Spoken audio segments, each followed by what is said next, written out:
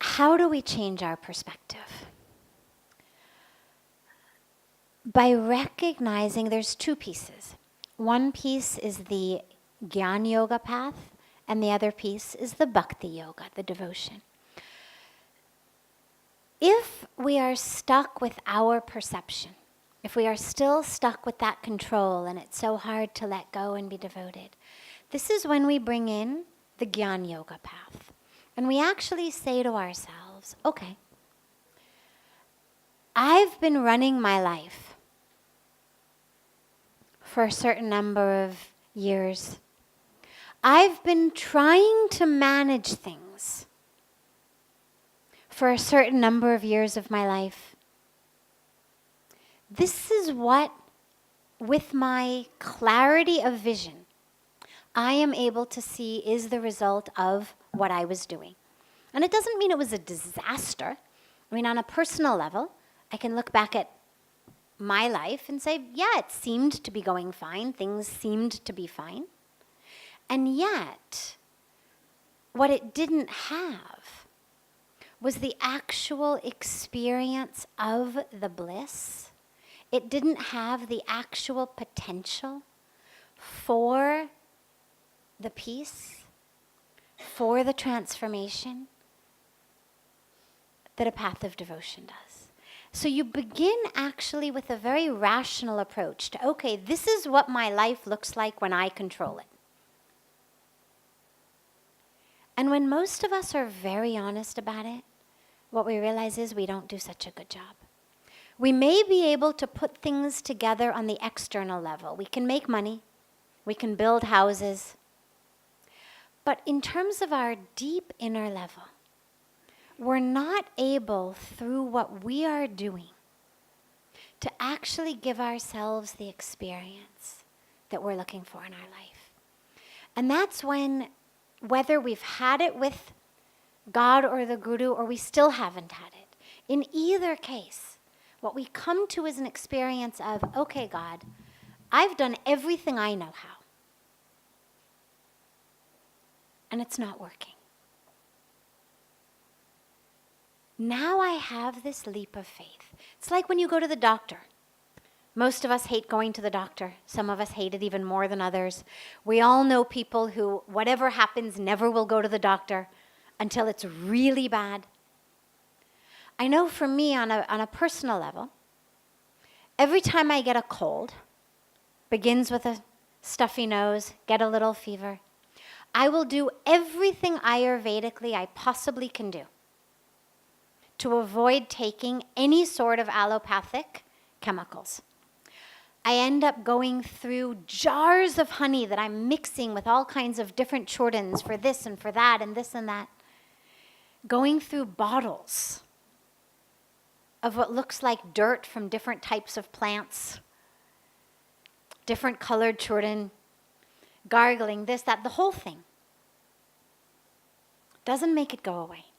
At the end of the day, no matter what I do, I end up with bronchitis.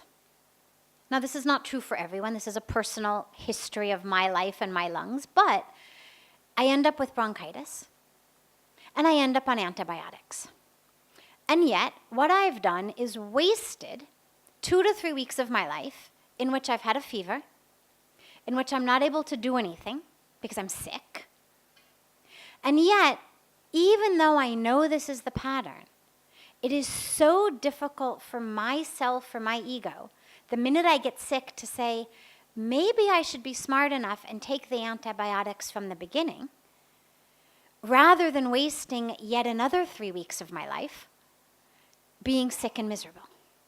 Because every time you think, oh, I can do it, this time I'm going to do it.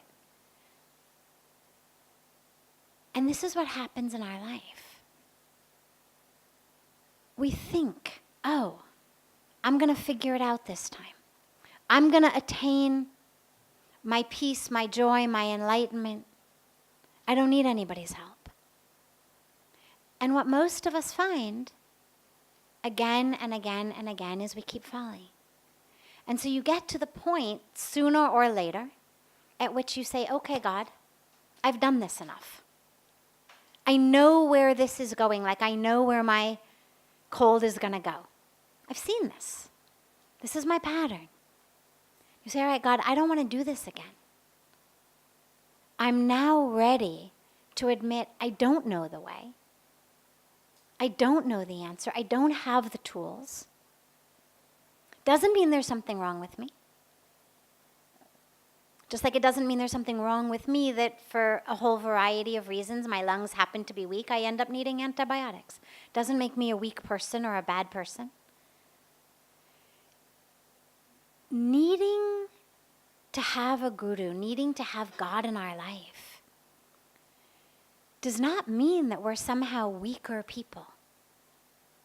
It just means actually that we're stronger, that we're able to admit, I can't do this. And since you are the one who's there, whether it's in the role of a physical guru or whether it's just to God, you are where I want to be. Carry me across this ocean. Help me get across. I'm drowning. I thought I could swim, but I'm actually drowning. And from that takes us then into the devotion. But we have to first understand that we're not going to do it ourselves. Because otherwise, relinquishing the control is very, very difficult. Unless you are really blessed and happen to just be born into a family in a world where there was juicy devotion from childhood.